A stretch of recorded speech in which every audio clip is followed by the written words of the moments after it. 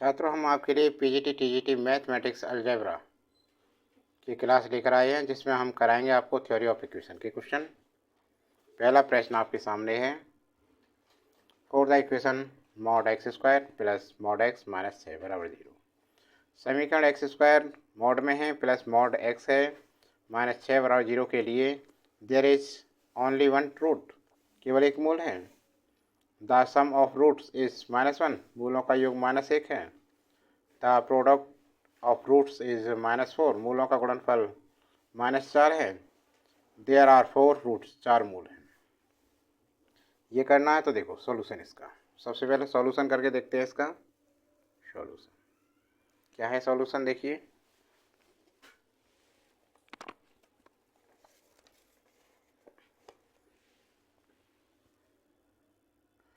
Mod X square plus mod x -6 बराबर 0। तो क्या करें इसका?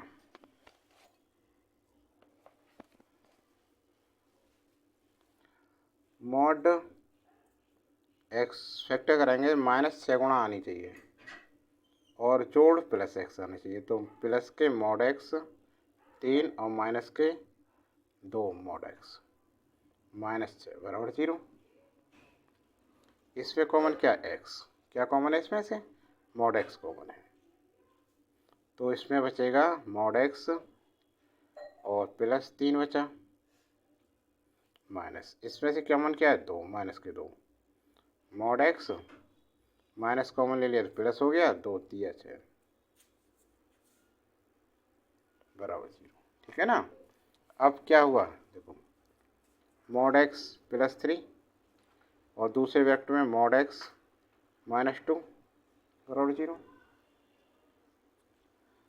अब हमारा क्या है, इसे लेते हैं तो मॉड एक्स +3 बराबर 0 या मॉड एक्स बराबर 3 माइनस के, तो मॉड का मान कोई माइनस का तो हो ही नहीं सकता है, तो ये तो संभव नहीं है मान,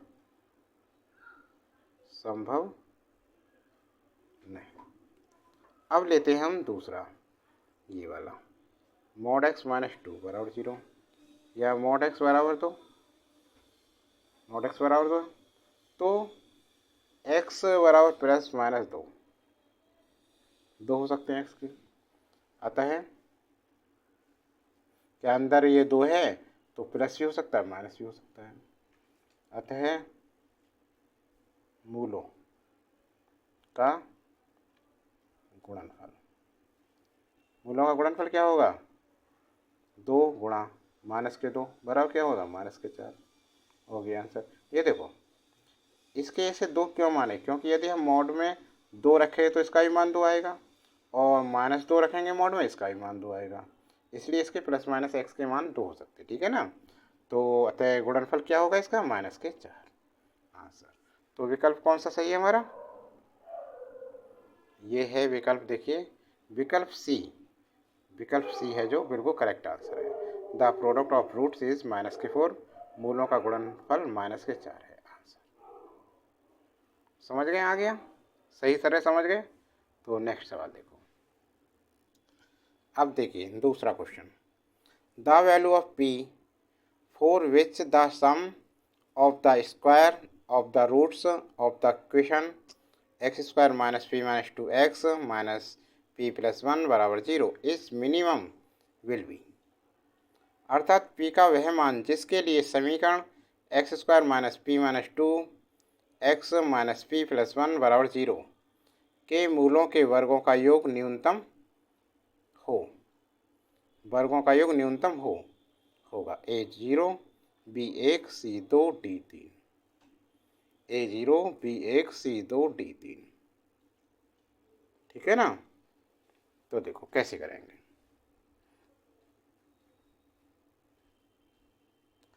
इसके सॉल्यूशन के लिए x² माइनस p - 2x और -p + 1 बराबर 0, -p + 1 बराबर 0, अल्फ़ा + बीटा बराबर यदि इसके अल्फ़ा प्लस बीटा मूलों का योग, दो मूल हैं अल्फ़ा और बीटा मान लिया, तो मूलों का योग कितना होगा, माइनस एक्स का गुणांक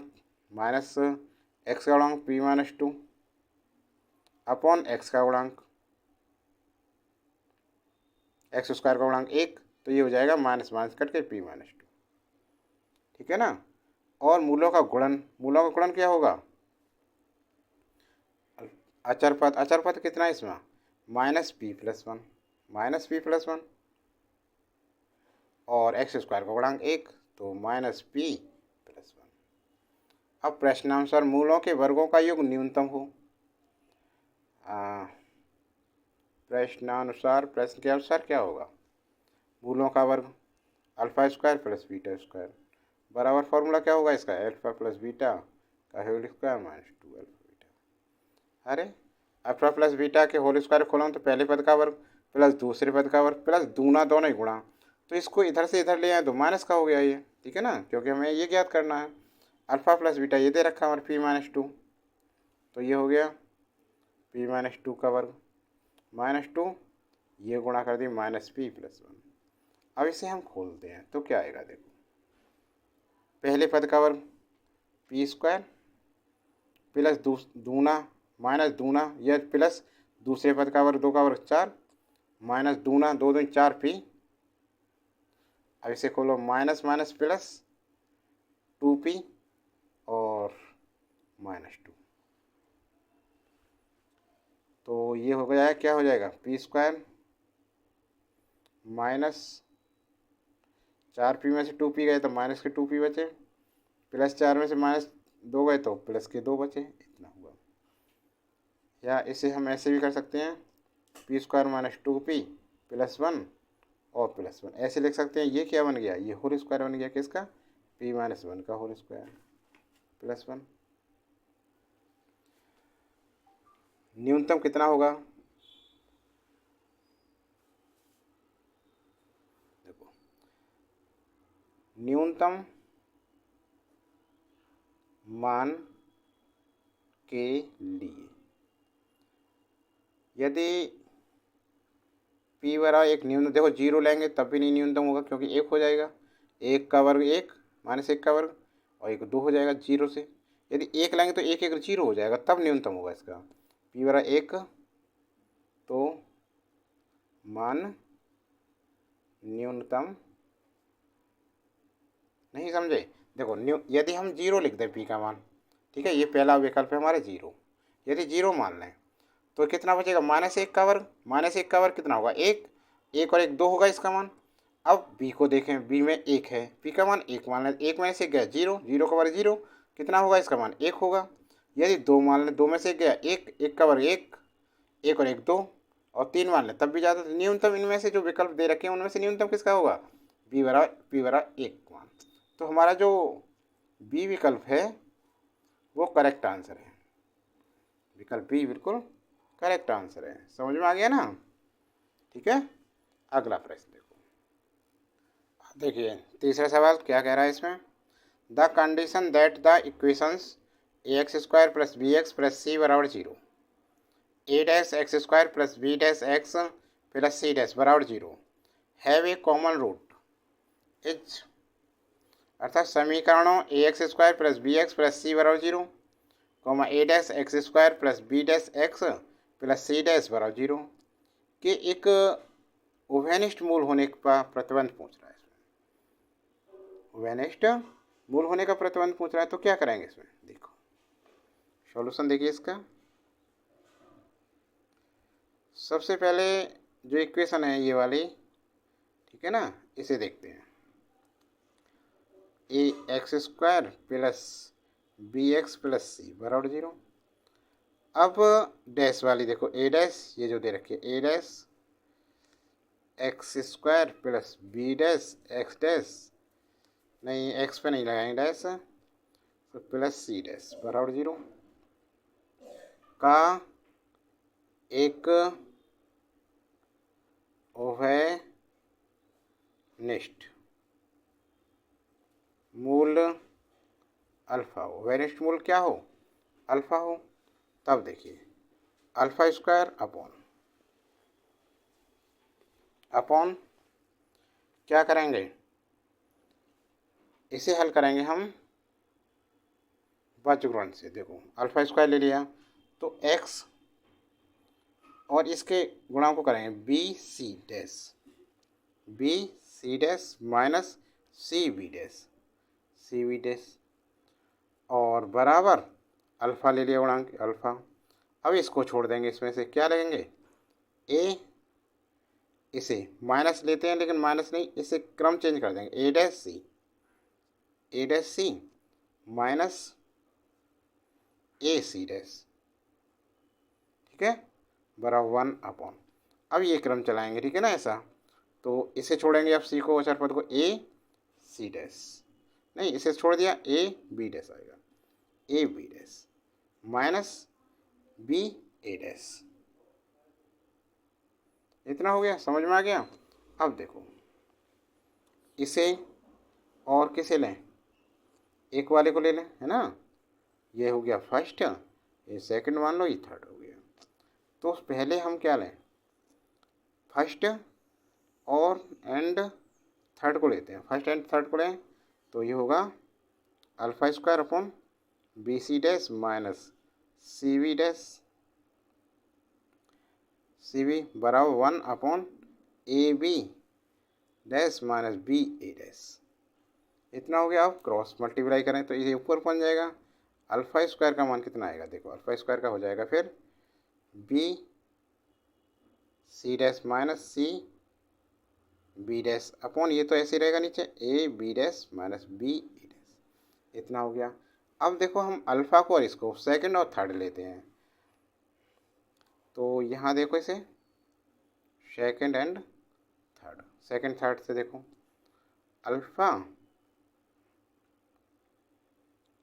upon A 1 A dash C minus A C dash बराबर 1 upon A B dash minus B A dash, ये लिख दिया। क्रॉस करेंगे तो इसको ऊपर पहुंचा दें बस, अल्फ़ा बराबर क्या है a dash C minus A C dash upon A B dash minus B A dash. इतना समझ में आ गया। अब क्या करें, इसे समीकरण 1 बना दें, इसे समीकरण 2, समीकरण 1 व 2 से इसके अल्फ़ा के मान को इसमें अप्लाई करें, इक्वेशन फर्स्ट एंड सेकंड से क्या करें, a dash C minus A C dash upon A B dash minus B A dash, ठीक है ना, का क्या हो जाएगा होल स्क्वायर, और बराबर कितना दे रखा है इसमें B C dash minus C B dash upon A B dash minus B A dash. इतना हो गया, समझ में आ रहा है ना।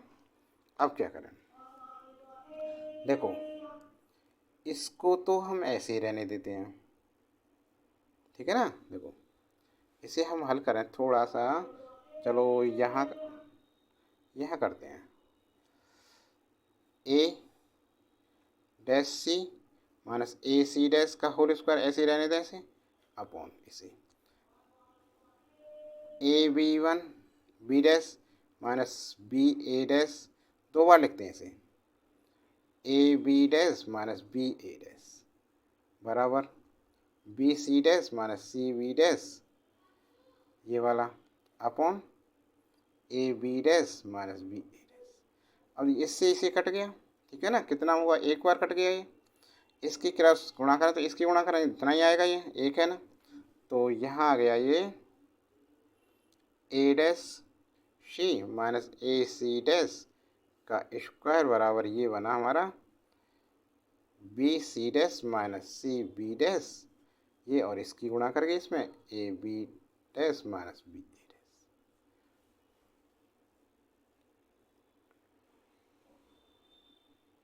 या हम इसे ऐसे भी लिख सकते हैं,